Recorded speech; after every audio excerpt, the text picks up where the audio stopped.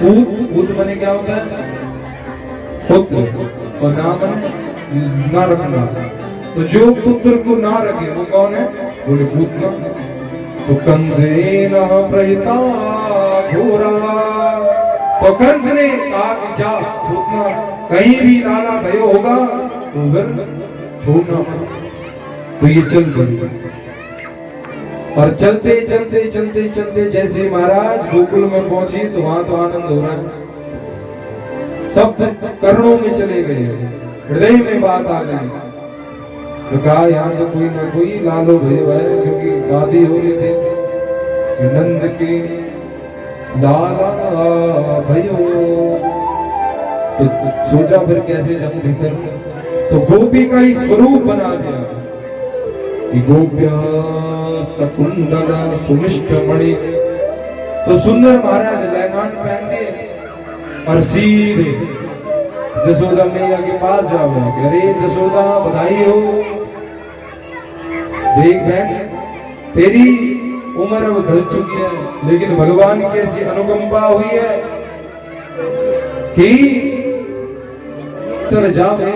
तो भगवान जैसे इसे देखते हैं तो तुरंत आंखें बंद कर दो। अब आंखें बंद क्यों करो? तो सबने अनेक इस पे बातें कही।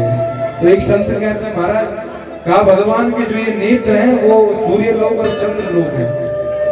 तो इन दोनों ने अपने लोकों के दरवाजे बंद कर दिए कि भैया यहाँ मत भेजने से। अथवा कहा भगवान ने सोचा भैया हम तो माँ गन मिश्री खाने आवे थे, जहर पिलाने आई है, क्योंकि वो तो काम महादेव का है ना कि अपक्षयम महादेव कृपया भूत भावन। हे महादेव, तो सोचा कि महादेव का ध्यान कर रहे हैं। अब वो तो कि पतना पोपी तधी हस्ती कभ्यो तधन्ना धूमा चूर्णमास राजेंद्र महदासी मभूतमं। तो जैसे ये पूतना गिरी तो 6 कोस के जितने भी वृक्ष थे सब चकनाचूर, घम्म से आवाज आई। तो जैसे ही आवाज आई तो यशोदा मैया भीतर प्रविष्ट होती है तो देखा वहां कोई नहीं है।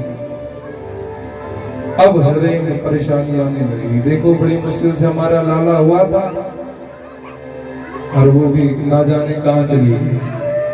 उतने में ढूंढते ढूंढते आ गए तो इतनी विशाल देह वाली पूतना के ऊपर भगवान हरि बोले भक्त वत्सल भगवान की कृष्ण कन्हैया। तो इतनी विशाल देह वाली पूतना के स्तनों पर भगवान क्रीड़ा कर रहे हैं, मुस्कुरा रहे हैं वो बाल कृष्ण।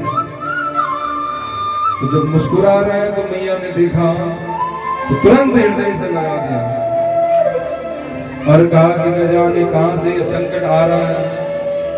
तो उसी वक्त अपने पुत्र को लाई दुग्ध दही गौमूत्र से स्नान करवाने लगे और गौच्छा कवच भगवान के नामों से झाड़ने लगे कि इंद्रियाणी ऋषि की सा।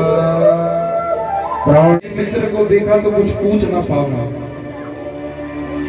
क्योंकि गंध बाबा को पता है कि भैया देखो इसकी 8 संतानें मर चुकी हैं, लेकिन वसुदेव तो जानते हैं ना कि भैया ये जो संतान है तो हमारी है। तो पूछने आ गई, अरे नंद बाबा बताइए भैया तेरा लाला भैया देख दूर दूर से जा रहा, तो मित्र कैसा होना चाहिए? कहा जो अपने विशाल दुख को भी मित्र के दुख के सामने छोटा समझे, तो निज दुख सम रज कर जाना।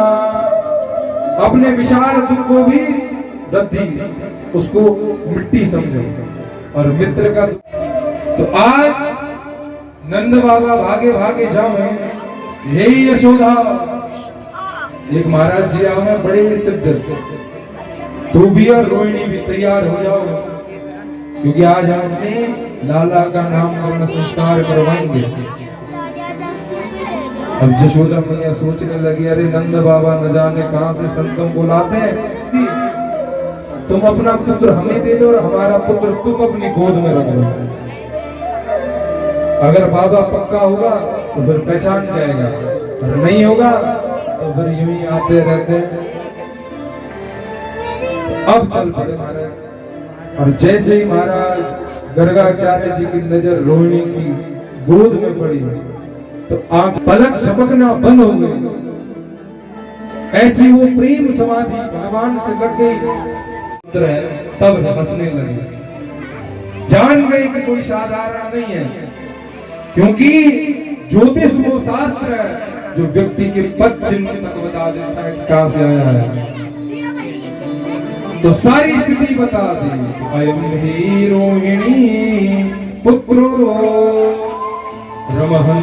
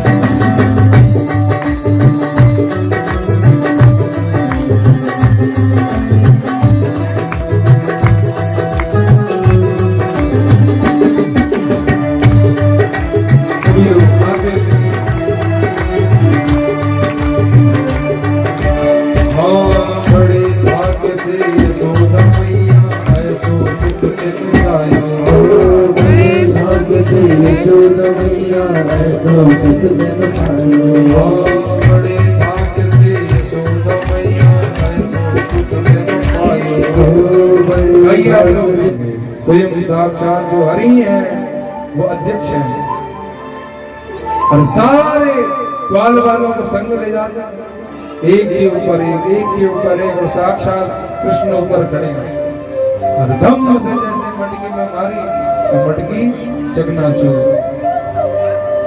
ऐसा कोई घर गोकुल का नहीं है जिसकी खिड़कियों के बाहर भगवान के चरणों का निशान ना हो। अब गोपियां चाहती तो हैं कि चोरी करने आवे, लेकिन भगवान थोड़ा देर नृत्य करते हैं फिर भाग जाओ। तो आज वो गोपियां क्या करती हैं, मैया के पास जाती हैं कि भैया ये बहुत दुष्ट हो चुका, आज कन्हैया की शिकायतें करते हैं। तो मैया को आवाज मारी, हे यशोदा मैया, तो बड़ी होशियार समझती है खुद को, अरे क्या हो गया भाई, कहा तेरे लाला गाय मैंने उसे बाहर बुला, कहा एक कनवा गाँव बाहर आओ। अब भगवान तो यूं सरल बन जाओगे कि कुछ किया ही नहीं। कहा देखो हमारा लाला कितना सुंदर है, कितना दुबला पतला है, कुछ खावे नहीं, और तुम इसकी बार बार शिकायत करने आ जाओ, क्या हुआ बताओ। तो फिर गोपी कहने लगी कि वत्सान मुंचन क्वचित समय रोष संजात हासा। हे भैया तेरा जो लाला ने क्या करता है, तेरे घर में गैया वैसे हमारे घर में भी है, हमने कहा देखते हैं कितना तेरा लाला खा पाता है। तो देख पहले इसने खुद खाया, स्त्रीयम स्वदधि पया, अब स्वयं तो खा दिया, फिर अपने मित्रों को बुलाया कि भैया तुम पीछे क्यों, तुम भी खाओ। अब सबने जब जम के पा लिया तो फिर बंदरों को भी बुलाया, आओ सेवा ही परमो धर्म, कि देखो भैया तुमने बहुत सेवा करी थी, आज हमारी बारी है तुम्हारी सेवा करने की। तो सुंदर वानर भी पाओ। अब जब वानर भी थक गए खाते खाते, तब ये फेंकने लगा, देखो कैसा माखन है, इसको तो वानर भी नहीं खा रहे कि कल्पिते ते अयोगे, कि कौन ऐसा माखन खाएगा। और इसने सारी मटकियां फोड़ दी, अब क्या कहने लगा कि मैया मोरी में नहीं माखन खायो, मैया रे मोरी में नहीं माखन खायो। अब देखो प्रसंग तो सुंदर चल रहा है, क्योंकि कृष्ण प्राप्ति करम श्रेया, क्योंकि भगवान की ऐसी दिव्य चरित्र कथाएं आगे आगे की हृदय और चित्तबद्ध चारों और उस चित्त को खींचने वाले। तो कम शब्दों में आप कहें और फिर हम आगे कथा को करेंगे। बोले वृंदावन बिहारी लाल की जय जय श्री राधे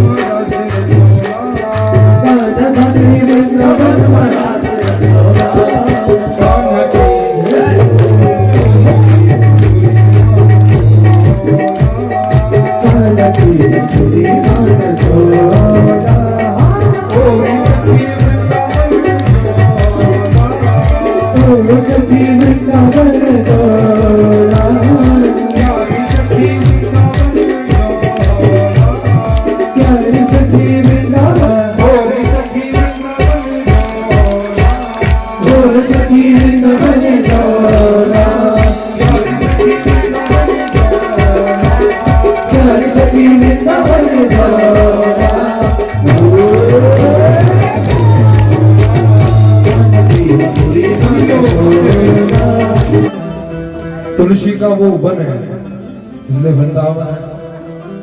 तो वृंदा का क्या अर्थ होता है, क्या होता है?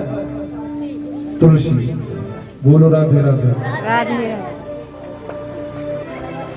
यूं लगता है कि देखत तुमरी जैसे मूढ़ी चतुर नर, हमको प्रसन्न करने के लिए चार मुस्कान दे में, तो हमको लगता है कि नहीं बड़े अच्छे श्रोता हैं, और जैसे ही नजर हटे तो बोलत अटपटी वाणी, फिर अपने काम भी चले जाएंगे और आप भी अपने कामों में व्यस्त हो जाएंगे। तो ये समय है, 3 घंटे की बात है, उसमें भी यदि हमें नींद आ जाए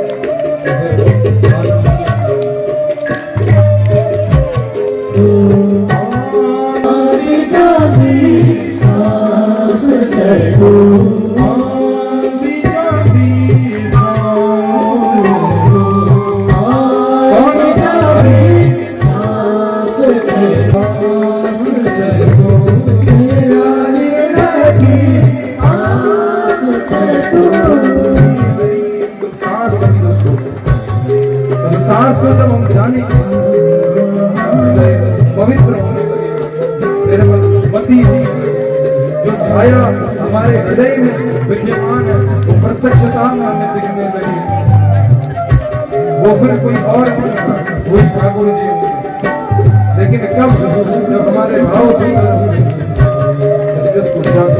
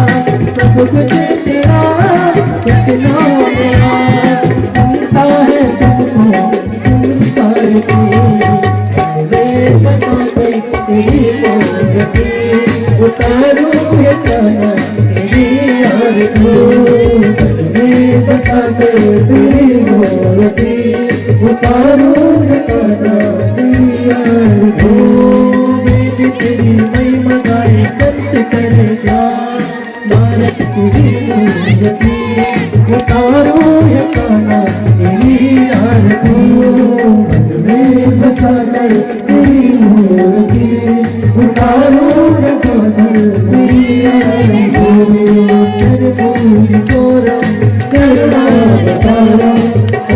तो दोस्तों यहाँ पे भागवत कथा का 5वां दिन भी समाप्त हो चुका है, जिसमें व्यास महाराज जी ने श्री कृष्ण के बाल्य अवस्था की अनेकों कथाएं सुनाई हैं जो कि आनंदमय थी। और यहाँ पे हमारी गढ़वाली गायक भैया भी लोग भी आ चुके थे यहाँ हमारे भागवत कथा में समा बांधने के लिए, जिन्होंने बहुत सारे भजन कीर्तन भी किए हैं। आप लोगों को नेक्स्ट ब्लॉग में ज़रूर बताऊँगी इनके बारे में। तब तक के लिए आप लोगों को राधे राधे।